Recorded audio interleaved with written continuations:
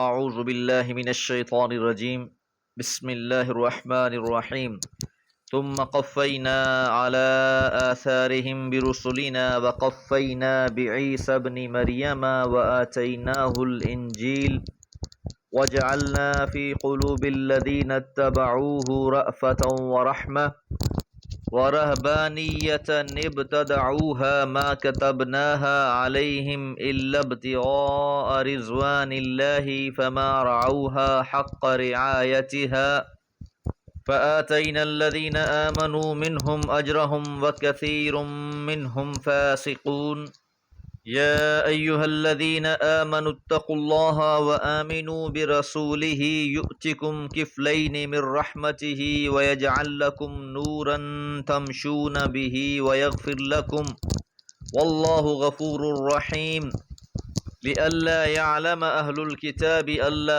يَقْدِرُونَ عَلَى شَيْءٍ مِّن فَضْلِ اللَّهِ وَأَنَّ الْفَضْلَ بِيَدِ اللَّهِ يُؤْتِيهِ مَن يَشَاءُ واللہ ذو الفضل العظیم۔ سورہ حدید آیات 27 سے 29 اور یہ سورہ مبارکہ کی اختتامی آیات ہیں۔ آیت نمبر 26 میں تذکرہ ہوا کہ ہم نے نوح اور ابراہیم علیہم السلام کو مبعوث کیا اور ان کی ذریت میں ہی کتاب اور نبوت کو قائم رکھا۔ آیت نمبر 25 میں مقصد بھی بیان کر دیا تھا، وَأَنزَلْنَا مَعَهُمُ الْكِتَابَ، ہم نے ان کے ساتھ کتاب نازل کی، والمیزان اور میزان، لِيَقُومَ النَّاسُ بِالْقِسْطِ تاکہ لوگ عدل پر قائم ہوں۔ ثم پھر قفینا ہم نے بھیجا علی آثارہم ان کے نقش قدم پر، برسولنا اپنے رسولوں سے، یعنی اسی طرح ہم اور بھی رسول بھیجتے رہے، وقفینا بعیسی ابن مریم، اور انہی کے نقش قدم پر ہم نے عیسیٰ بن مریم کو بھی بھیجا، وَآتَيْنَاهُ الْإِنْجِيلَ، اور ہم نے اسے انجیل عطا فرمائی۔ حضرت نوح علیہ السلام اور حضرت ابراہیم علیہ السلام کے بعد جتنے بھی نبی آئے ہم نے ان کو انہی کے نقش قدم پر بھیجا، سب نے عدل پر قائم رہنے کی دعوت دی اور اس عدل کو قائم کرنے کے لیے سنت انبیاء کے مطابق جہاد بھی کیا، یہاں تک کہ یہ سلسلہ حضرت عیسیٰ علیہ السلام تک پہنچا۔ اللہ تعالیٰ نے حضرت عیسیٰ علیہ السلام کو انجیل عطا فرما دی، وَجَعَلْنَا، اور ہم نے بنا دی، ہم نے رکھ دی، فی قلوبی دلوں میں، الذین اتبعوہ جنہوں نے اس کی اتباع کی، یعنی جن لوگوں نے حضرت عیسیٰ علیہ السلام کی اتباع کی ان کے دلوں میں رکھ دی رأفۃ و رحمہ، نرمی اور رحمت۔ جو لوگ حضرت عیسیٰ علیہ السلام پر ایمان لانے والے تھے ان کی یہ وصف بیان کی جا رہی ہے کہ ان کے دلوں میں اللہ تعالیٰ نے رأفت اور رحمت داخل فرما دی۔ یہی حضرت عیسیٰ علیہ السلام کے انصار تھے، آپس میں ایک دوسرے کے لیے محبت، یہ اہل ایمان کی صفت ہے۔ حضور علیہ السلام کا تعلق بھی اپنے اصحاب سے ایسا ہی تھا۔ سورہ توبہ میں فرمایا، حریص علیکم بالمؤمنین رؤوف الرحیم، وہ تمہاری ہدایت پر حریص ہے اور مومنین کے لیے نہایت شفیق اور مہربان ہے۔ اور اہل ایمان کی آپس میں محبت کی صفت بیان فرمائی، رحماء بینہم، وہ آپس میں رحم دل ہیں۔ تو یاد رہے کہ یہ رحمت، یہ محبت، یہ عدل و انصاف کے منافی نہیں ہے۔ سورہ انعام میں فرمایا، کتب علی نفسہ الرحمہ لیجمعنکم الی یوم القیامہ، اللہ تعالیٰ نے اپنے اوپر رحمت واجب کر رکھی ہے اور وہ تمہیں قیامت کے دن کے لیے ضرور جمع کر کے رہے گا۔ اب جو حضرت عیسیٰ علیہ السلام پر ایمان لائے انہیں جہاد کا موقع نہیں ملا، دلوں میں نرمی اور محبت بھی تھی۔ اب بعد والے لوگوں نے کیا کیا، وَرَهْبَانِيَّةً، اور رہبانیت، ابتدعوها، اسے انہوں نے ایجاد کر لیا، ما كتبناها علیہم، ہم نے ان پر فرض نہیں کی تھی۔ حضرت عیسیٰ علیہ السلام پر ایمان لانے والے ساتھی انتہائی مخلص تھے، اللہ اور اس کے رسول سے محبت کرنے والے تھے، لیکن بعد میں جو لوگ آئے انہوں نے رہبانیت کی بنیاد رکھ دی، اور رہبانیت کیا تھی؟ ترک دنیا، اللہ اور اس کے رسول سے محبت، دین سے محبت، دین پر عمل۔ آغاز تو بہت اچھا رہا، ان کی نیت بھی اچھی تھی، اعمال بھی اچھے تھے، اس لیے فرمایا الا ابتغاء رضوان اللہ، تو یہ کام ان کا اللہ کی رضوان کے لیے، اللہ کی رضا کے لیے تھا۔ رہبانیت کی ابتدا اللہ کی خوشنودی کے لیے تھی۔ فما رعوها، پس انہوں نے خیال نہ رکھا اس کا، حق رعایتها، جیسا کہ حق تھا اس کا خیال کرنے کا، کہ وقت کے ساتھ ساتھ اس میں بدعات ایجاد ہوتی گئیں، نئے نئے کام ہوتے گئے، دین سے دور ہوتے گئے، حضرت عیسیٰ علیہ السلام اور انجیل کی تعلیم سے ہٹتے گئے، توحید کے بجائے شرک میں مبتلا ہو گئے، اتباع سنت کے بجائے دین میں نئے نئے کام ایجاد کر لیے۔ تو اس لیے فرمایا کہ پھر انہوں نے اس کا خیال نہ رکھا۔ پہلے والے لوگوں نے تو اس کی ابتدا اچھی نیت سے کی تھی، لیکن بعد والوں نے بہت سی خرافات اس میں داخل کر دیں۔ جس طرح اسلام کو دیکھ لیجئے، سادگی کا درس دیتا ہے، پیغمبر علیہ الصلوۃ والسلام سادگی کو پسند فرماتے تھے، اسی سادگی کو دیکھتے ہوئے صوفیت ایجاد کی گئی۔ پہلے لوگ تو اللہ والے تھے، دین سے جڑے ہوئے بھی تھے اور سادگی بھی تھی، لیکن گزرتے وقت کے ساتھ ساتھ ان لوگوں کا دین سے کوئی تعلق نہ رہا، کتاب اللہ سے یہ دور ہو گئے، سنت رسول سے ان کا کوئی واسطہ نہ رہا، نئی نئی چیزیں انہوں نے ایجاد کر لیں، اور موجودہ دور میں اکثر صوفیاء کا دین سے کوئی تعلق ہی نہیں ہے، قرآن کے بارے میں انہیں پتہ نہیں ہے، اسلام کے بارے میں انہیں آگاہی نہیں ہے، سنت رسول سے موافقت نہیں ہے۔ ایسا ہی معاملہ عیسائیت کے ساتھ بھی ہوا۔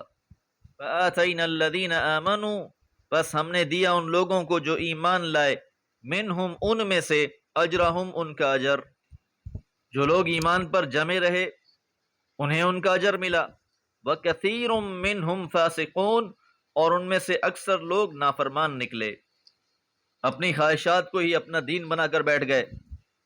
اور یاد رہے کہ رہبانیت کا اسلام میں کوئی تصور نہیں ہے۔ حضور علیہ الصلوۃ والسلام نے فرمایا لا رہبانیت فی الاسلام، اسلام میں رہبانیت نہیں ہے، ترک دنیا نہیں ہے۔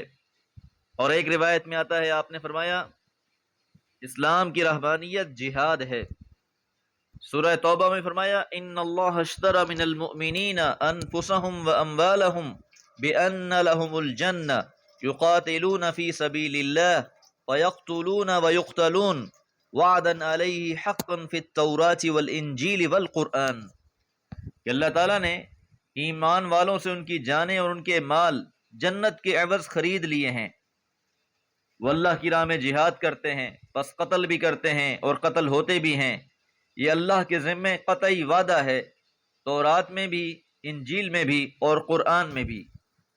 یا ایھا الذین آمنوا اتقوا اللہ، اے وہ لوگو جو ایمان لائے ہو، اللہ سے ڈرو، وآمنوا برسولہ، اور اس کے رسول پر ایمان لاؤ۔ یاد رہے کہ عیسائیوں میں سے بہت سے لوگ پیغمبر علیہ الصلوۃ والسلام پر ایمان لائے۔ جو لوگ حضور کی آمد سے پہلے انجیل کے مطابق عمل کر رہے تھے، انہوں نے دین حق کو پہچانا اور ایمان لے آئے، اور جو مختلف بدعات اور خرافات میں مبتلا تھے انہوں نے اس حق کا انکار کر دیا۔ تو اب ان میں سے جو لوگ بھی ایمان لائے ہیں، وہ انجیل پر بھی ایمان لائے تھے، حضرت عیسیٰ پر بھی ایمان رکھتے تھے، پھر وہ دین اسلام میں بھی داخل ہو گئے، پیغمبر علیہ الصلوۃ والسلام پر بھی ایمان لے آئے۔ فرمایا یؤتکم کفلین من رحمتہ، وہ تم کو اپنی رحمت میں سے 2 حصے دے گا، ان کے لیے دگنا اجر ہوگا، کیونکہ وہ اپنے پیغمبر پر بھی ایمان لائے تھے، اپنی کتاب پر بھی ایمان لائے تھے، اور پھر قرآن پر بھی ایمان لائے، پیغمبر علیہ الصلوۃ والسلام پر بھی ایمان لائے۔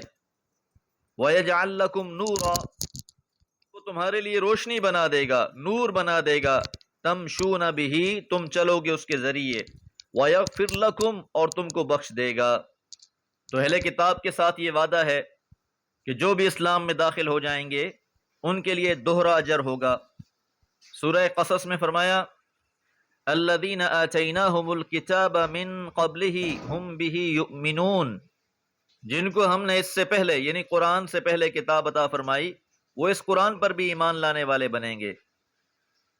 وَإِذَا يُتْلَى عَلَيْهِمْ قَالُوا آمَنَّا بِهِ إِنَّهُ الْحَقُّ مِنْ رَبِّنَا إِنَّا كُنَّا مِنْ قَبْلِهِ مُسْلِمِينَ، اور جب ان کو یہ سنایا جاتا ہے تو وہ کہتے ہیں کہ ہم اس پر ایمان لائے، بے شک یہ ہمارے رب ہی کی طرف سے ہے اور ہم اس کو پہلے سے ہی ماننے والے ہیں۔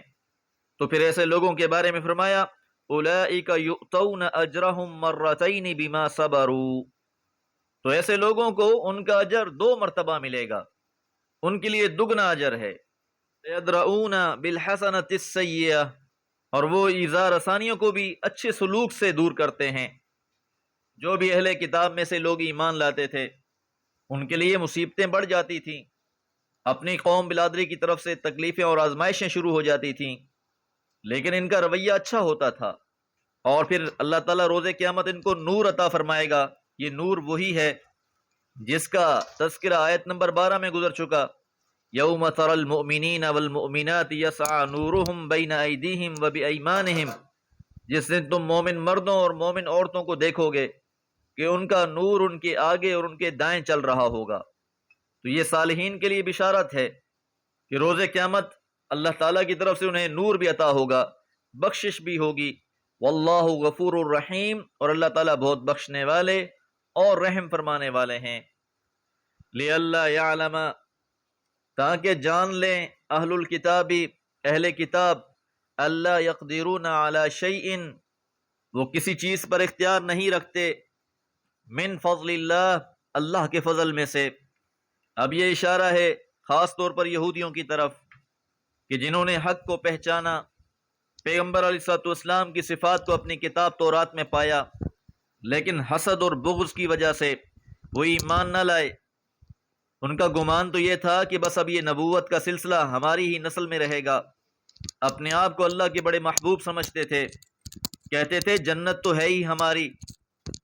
تو یہاں یہ بات واضح کی جا رہی ہے تاکہ انہیں یہ بات سمجھ میں آ جائے کہ اللہ کے فضل پر ان کا کوئی اختیار نہیں ہے۔ وَأَنَّ الْفَضْلَ، اور بلا شبہ فضل، بِيَدِ اللَّهِ، اللہ کے ہاتھ میں ہے، اللہ کے اختیار میں ہے۔ يُؤْتِيهِ مَن يَشَاءُ، وہ عطا کرتا ہے، وہ بخشتا ہے جس کو چاہتا ہے۔ واللہ، اور اللہ تعالی، ذو الفضل العظیم، بہت بڑے فضل والے ہیں۔ تو خاص طور پر یہودیوں نے اپنی حماقت کی وجہ سے اسلام قبول نہ کیا، تو ان پر یہ بات واضح کر دی کہ نبوت تو اللہ کا بہت بڑا فضل ہے، اور اللہ جس پر چاہتا ہے یہ اپنا فضل فرماتا ہے، اور اللہ بہت بڑے فضل والا ہے۔ دعا گو ہیں اللہ تعالی ہمارا پڑھنا سننا اپنی بارگاہ میں قبول فرمائے، اور ہماری لغزشوں اور خطاؤں کو معاف فرمائے۔ وما علیہ الا البلاغ۔